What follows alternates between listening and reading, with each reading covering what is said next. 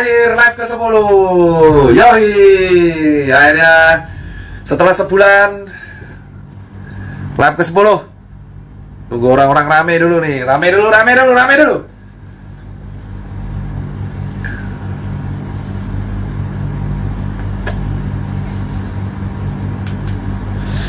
Terima kasih kawan-kawan.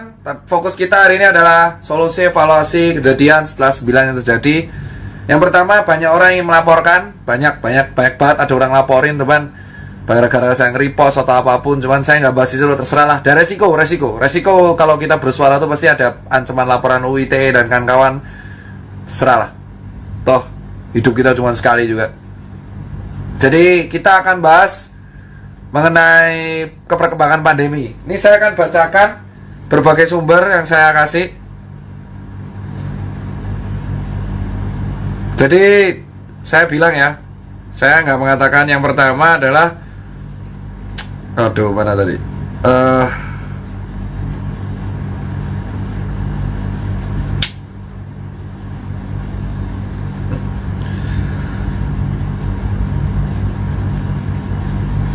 Jadi gini kawan-kawan, kita akan bahas mengenai syarat herd immunity. Jadi saya akan bacakan dari mayoclinic.org. Yang pertama nih live ke-10, live terakhir saya, entah habis ini saya hilang apa enggak.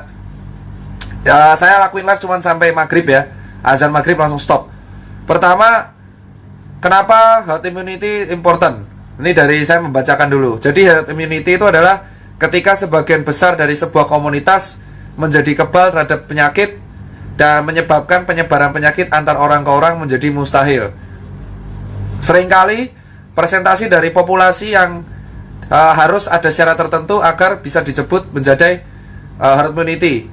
Suatu hal, presentasi atau jumlah tertentu populasi yang terinfeksi dan kebal ini dinyamakan jadi threshold proporsi. Threshold proporsi ini menjadi syarat salah satu menjadi herd immunity.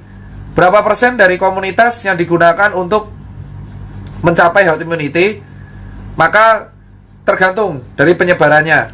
Syaratnya adalah minimal 94% dari sebuah populasi harus menjadi kebal untuk bisa mencegah transmisi penyakit tersebut. Herd immunity itu bisa dicapai dengan dua cara, yaitu vaksin dan infeksi. Vaksin dari virus itu menyebabkan tentara antibodi kita menjadi kebal. Jadi vaksin itu bukan obat, tetapi sebuah pencegahan agar antibodi kita, tentaranya lebih kuat, sehingga menjadi tidak bisa terinfeksi. Kalaupun kena, nggak ada gejala. Atau kedua, natural infeksi. Nah, untuk sampai vaksin tersebut ada, maka syarat dari Mayo Clinic ini agar memperlambat penularan COVID-19 adalah mencegah gathering massal atau kerumunan. Kedua, mencegah kontak dekat. Ketiga, di rumah aja. Ini usul ya. Ini saya baca jurnal ya.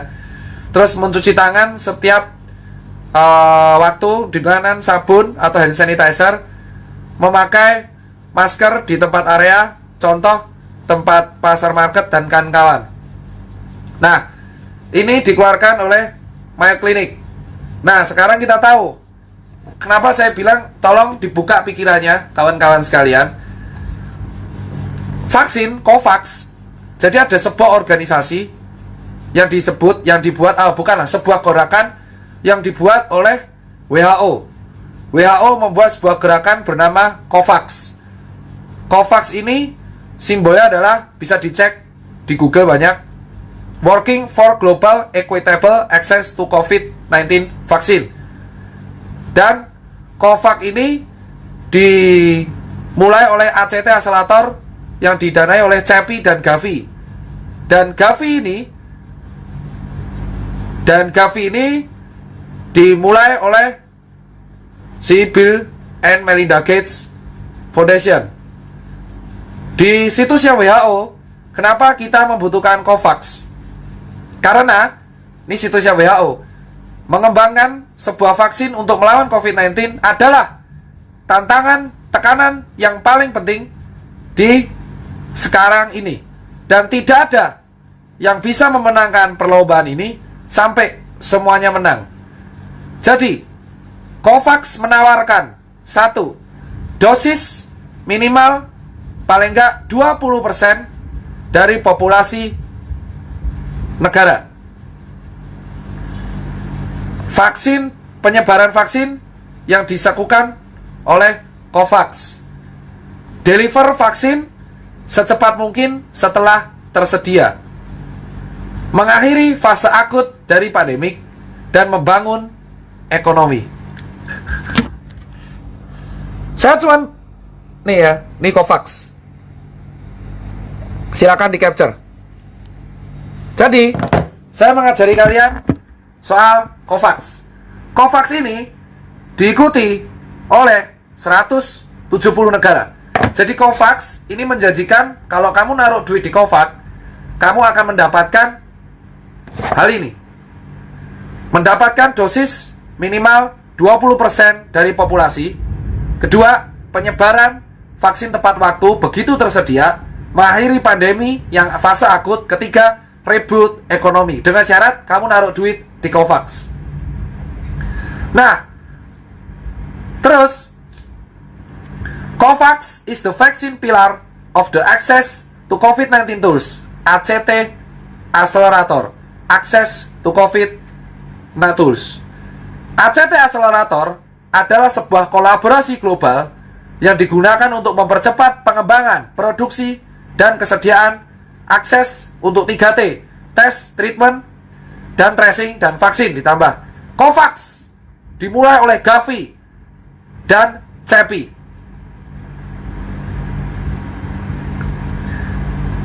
Anehnya,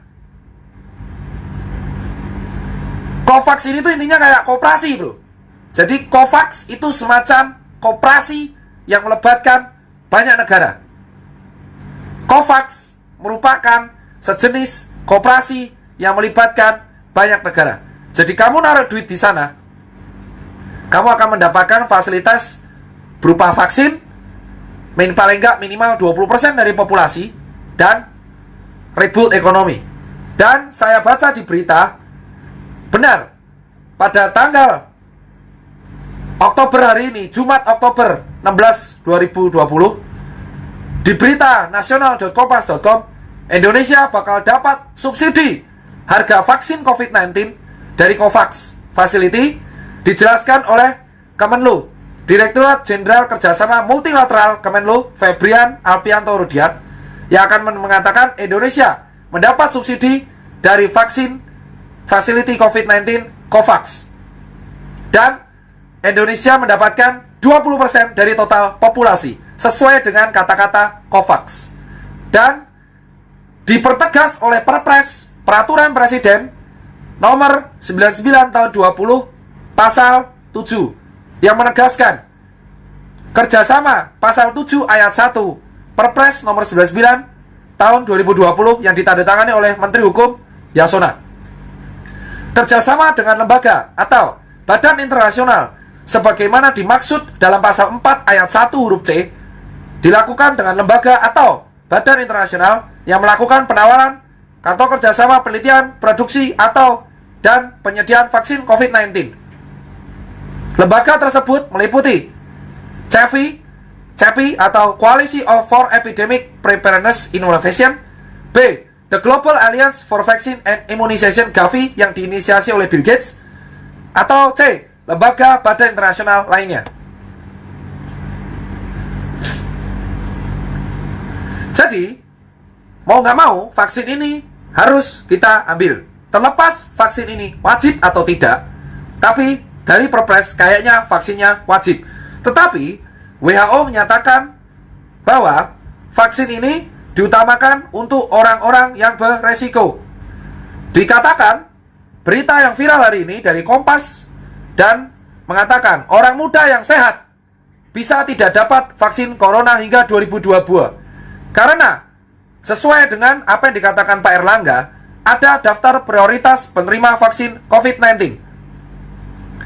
Berdasarkan bahan presentasi yang disampaikan Ketua Komite Penanganan COVID-19 dan Pemulihan Ekonomi Nasional Erlangga Hartarto melalui konferensi pers virtual Senin 28 September 2020, pemerintah menargetkan ada 102.451.500 orang yang menjalani vaksinasi sepanjang 2021.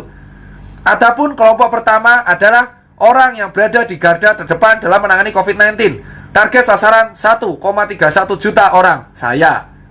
Kelompok kedua, orang-orang yang kontak erat dengan pasien COVID-19. Target sasaran 50.000 orang. Kelompok ketiga, orang yang bertugas di pelayanan publik. Target sasaran 715.000 orang alias PNS. Kelompok keempat, masyarakat umum 92,28 juta orang. Kelompok kelima, tenaga pendidik atau guru. Target sasaran 4,36 juta orang. Kelompok keenam, ASN dan legislatif. Jadi, dari sini kita mengetahui bahwa nggak semua orang bisa dapat vaksin. Nah, maka dari Perpres 99 nomor 2020 yang kita bekerja sama dengan Gavi, yang kita disubsidi oleh COVAX, yang kita juga harus membantu penyebaran vaksin secara adil, maka diutamakan orang beresiko, anak muda sehat, jangan mimpi. Saya kelompok nomor 1. Cuman, ini kita akan bahas tentang COVID-19-nya. Pertama, yang paling aneh, ada demo Omnibus Law. Demo Omnibus Law bertepat setelah ada demo Omnibus Law, WHO tiba-tiba mengatakan statement lockdown nggak penting. Yang mengatakan adalah Saudara Dr. David Navarro yang merupakan General Director Representative of WHO. Ini suatu kebetulan yang sangat aneh. Ketika ada demo, yang sebenarnya demo ini menimbulkan kerumunan di 10 kota di Indonesia yang merupakan red zone dari COVID, di mana kerumunan ini akan mempermudah penularan, yang penularan akan memicu dari herd immunity, yang dimana herd immunity akan memicu pembelian vaksin. Terjadinya demo ini 3 hari kemudian WHO mengemukakan bahwa lockdown itu tidak penting dan memuji negara-negara yang tidak melakukan lockdown karena akan mengganggu ekonomi negara tersebut. Setelahnya, COVAX viral. COVAX diikuti 170 negara dan menjamin komitmennya pembagian vaksin secara adil. COVAX itu menyindir, menyerang 2 negara di dunia, yaitu Cina dan Amerika Serikat. Di sini diberitakan bahwa Amerika Serikat menolak bergabung dan mendanai COVAX. Amerika memilih untuk mengamankan vaksinnya sendiri. Berita dari Washington Post, US says, saya tidak mungkin bergabung dengan pengembangan yang dilakukan oleh WHO, yaitu COVAX. Cina, tempat asal COVID-19, Wuhan, memutuskan Cina menandatangani perjanjian distribusi vaksin corona ke negara miskin, yang akhirnya pada tanggal Jumat 9 Oktober 2020, Cina akhirnya memutuskan bergabung dalam pendistribusian vaksin COVID-19 global, yakni COVAX. Berita ini muncul beberapa saat setelah demonstrasi. Demonstrasi dilakukan tanggal 8 Oktober 2020. Cina bergabung dalam distribusi vaksin per 9 Oktober 2020. Statement Cina untuk distribusi vaksin ke negara miskin itu Jumat 9 Oktober 2020.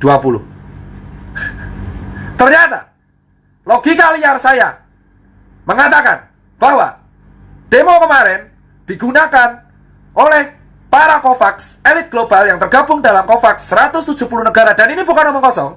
Ada daftar negara dan negara adidaya terbesar yang gabung ke COVAX adalah Cina dan Inggris.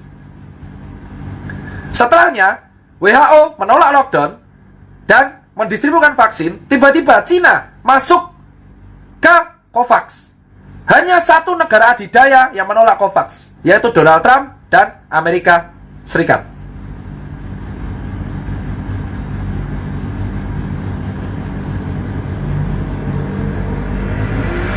Jadi, sesuatu yang ingin saya sampaikan adalah COVID-nya ada. COVID merupakan virus. Virus yang merupakan perbatasan antara makhluk hidup dan benda mati. Transmisi virus COVID itu sangat viral. Awal mula virus COVID-19 dari live 1 sampai 9, virus COVID-19 ditemukan pertama di kelelawar. BAT virus, BAT virus, virus kelelawar. Yang komposisinya, protein nukleotidanya mirip mencapai 95%. Karena orang-orang Wuhan suka makan kelelawar, virus tersebut viral di Wuhan. Wuhan, Cina, pada bulan Desember 2019, itu merupakan salah satu kota paling sentral di dunia untuk perdagangan teknologi dan alur transportasi. Dari Wuhan akhirnya menyebar ke seluruh dunia karena turis Cina merupakan turis penyumbang pariwisata terbesar di beberapa daerah. Pada bulan Februari 2020, Indonesia telat menutup gate-nya. Kenapa telat menutup gate-nya? Karena kita masih menerima pemasukan terbesar, yaitu turis Cina. Saat ini, pada waktu Februari 2020, saat itu aneh. Kalau Indonesia nutup turis Cina, kita akan ditegur oleh Cina. Dan itu real. Kalau kita menutup turis Cina, kita akan kehilangan penghasilan triliunan yang bisa disampaikan oleh turis Cina. Maka saat Februari 2020, negara kita tidak punya pilihan lain selain menerima turis Cina. Pada waktu itu, turis Cina masuk ke Indonesia. Ini adalah fakta dan yang belum dibuka ke masyarakat.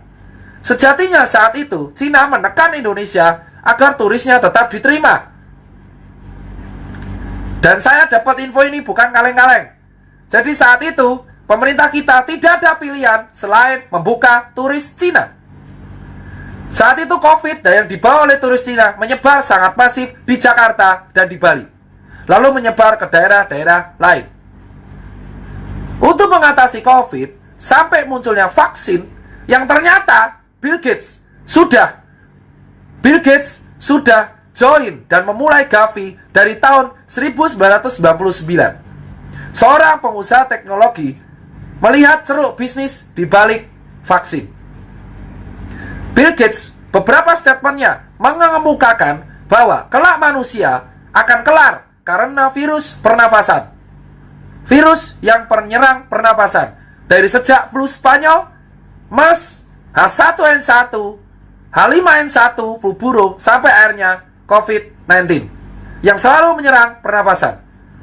Gavi sudah mengembangkan vaksin-vaksin di bidang pernafasan.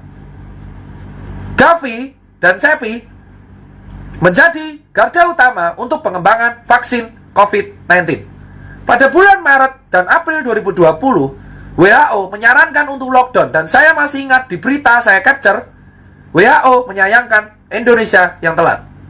Tetapi sekarang, di Oktober, 3 hari setelah demonstrasi 2020, WHO menolak lockdown. 1 hari setelah demonstrasi Omnibus Law, ternyata Cina masuk mendistribusikan vaksin. Pada waktu Omnibus Law kemarin disahkan, kita lupa, ternyata Perpres disahkan tanggal 6 Oktober 2020. Perpres mengenai vaksin ditandatangani oleh Bapak Yasona Lawli, Kementerian Sekretariat Negara, Bidang Hukum dan Perundang-undangan, pada tanggal 6 Oktober 2020, 1 hari setelah Omnibus Law disahkan. Kita lupa, ternyata vaksin sudah akan disebarkan secara masif di Indonesia melalui Perpres 99 tahun 2020, dan kita tidak akan bisa menolaknya. Dan Indonesia akan mendapatkan vaksin Sinovac dari Cina yang tiba-tiba masuk ke COVAX yang dibuat oleh WHO. Anehnya, COVAX yang berawal dari Amerika Serikat justru didanai utama oleh Bill Gates dan Cina. Dan ini bukan konspirasi, ini fakta, ada di media dan disebarkan ke Indonesia. Saya merupakan salah satu penerima vaksin paling pertama. Tapi saya mengajari kalian, ternyata kita hanyalah pion-pion catur yang dimainkan oleh para pemain kita, yang tergabung, yang dinamakan oleh elit global. Yang elit global ini ternyata tergabung dalam COVAX. Dan emang itu ada.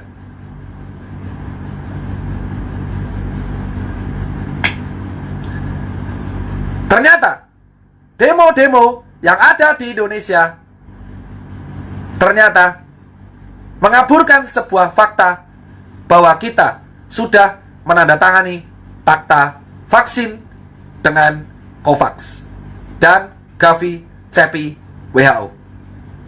Disebarkan oleh dua, yaitu Bio Farma dan KB Farma melalui Perpres 99 tahun 2020. Kalian mendebatkan Omnibus Law, tapi kalian lupa isu sesungguhnya adalah penyebaran vaksin yang dimulai dari November sampai 2022. Sejatinya, kita kesimpulannya adalah COVID-19 itu ada. COVID-19 masuk ke Indonesia kemungkinan secara disengaja oleh turis-turis dari Cina. Karena pada bulan Februari, negara kita tidak bisa menutup karena ada tekanan dari luar melalui turis-turis Cina yang menjadi penyumbang terbesar pariwisata di Indonesia. Kita diserang oleh COVID-19 yang menurut saya adalah senjata biologis yang secara masif meluluh rantakan ekonomi dan kesehatan di Indonesia. Vaksin untuk COVID-19 dibuat oleh COVAX dan WHO dan akan disebarkan ke seluruh dunia. Indonesia masuk ke dalam COVAX. Satu-satunya negara yang menolak adalah Cina melalui Amerika Serikat melalui Donald Trump.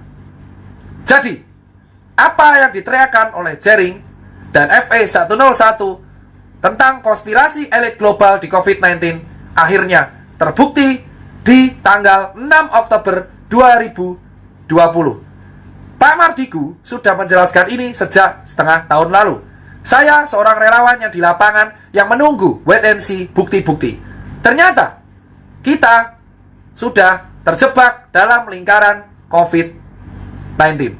Jadi apa yang diteriakkan oleh FA mengenai COVID itu adalah senjata yang memang dibuat dan ditransmisikan oleh orang Cina, turis Cina ke Indonesia secara sengaja pada bulan Februari 2020 yang membuat Indonesia luluh lantak secara ekonomi dan secara kesehatan.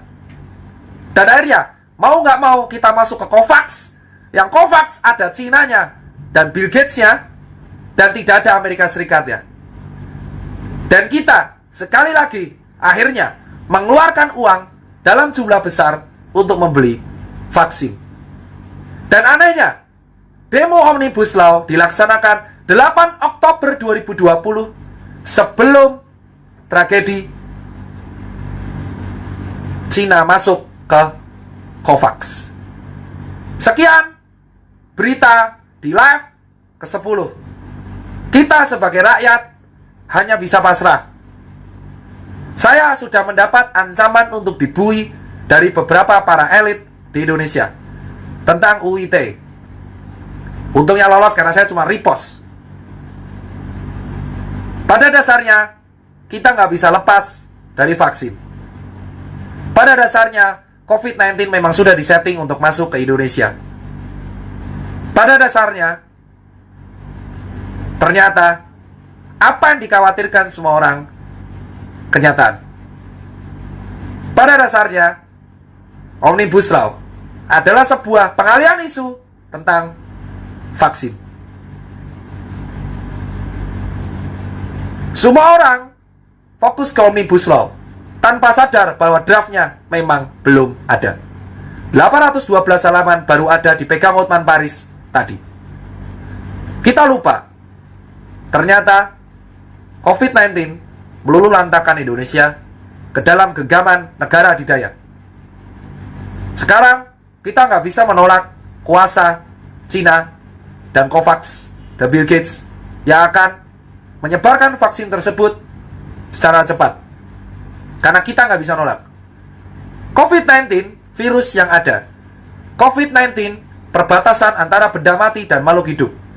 COVID-19 tidak ada obatnya. COVID-19 hanya bisa dicegah dengan tentara. Ternyata semua negara besar takut dengan Indonesia. Itulah alasan Indonesia dihancurkan pertama menggunakan COVID-19. Indonesia itu ditakuti oleh negara adidaya sejak tahun Pak Karno. Karena perang sudah dilarang, maka kita dijajah lagi oleh COVID-19. Mungkin kalian meremehkan dan mengabaikan COVID, tapi sejatinya pajak kalian digunakan untuk membeli COVID, vaksin, yang dihasilkan oleh COVAX, diatur oleh Kementerian Keuangan. Ternyata konspirasi yang selama ini diejek oleh banyak orang ternyata kejadian. Saya bilang vaksin bukan obat. Vaksin adalah sarana untuk mencegah, bukan obat. Jadi COVID memang bisa sembuh tanpa vaksin. Vaksin adalah pencegahan. Saya bilang, kamu netizen jangan bodoh-bodoh amat. Vaksin bukan obat COVID. Vaksin mencegah agar kita tidak terinfeksi COVID. Karena COVID yang mutasi terus.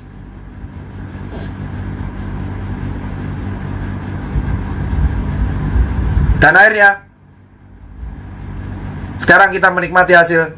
Kalian berdebat tentang Omnibus, tapi kalian lupa COVAX dan Cina sudah menjajah kita lewat vaksin. Terima kasih telah menonton saya selama 10 live. Sebagai rakyat, kita hanya bisa pasrah,